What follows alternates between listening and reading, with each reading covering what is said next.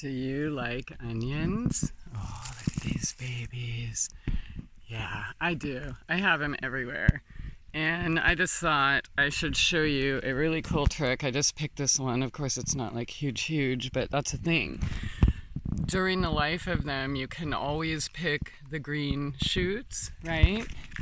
And, you know, if they're growing in clusters like that, you can just, you know, pull them apart gently. It'll come out like this with its own root.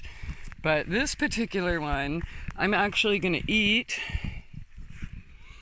but I'm going to cut it right here, and I'm going to stick this back in the ground to regrow it, just like every single one of these are, and all the ones in the front. So yeah, I'll do a video later about, you know, growing your own or regrowing.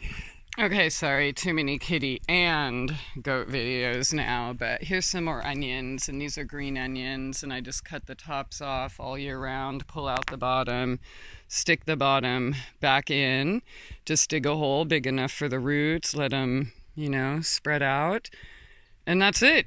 Like all of this, literally, and all those other I showed you were regrown, and you can do this with everything, but I'll save that video for another time. All right, take care, and yeah, you know, just keep regrowing.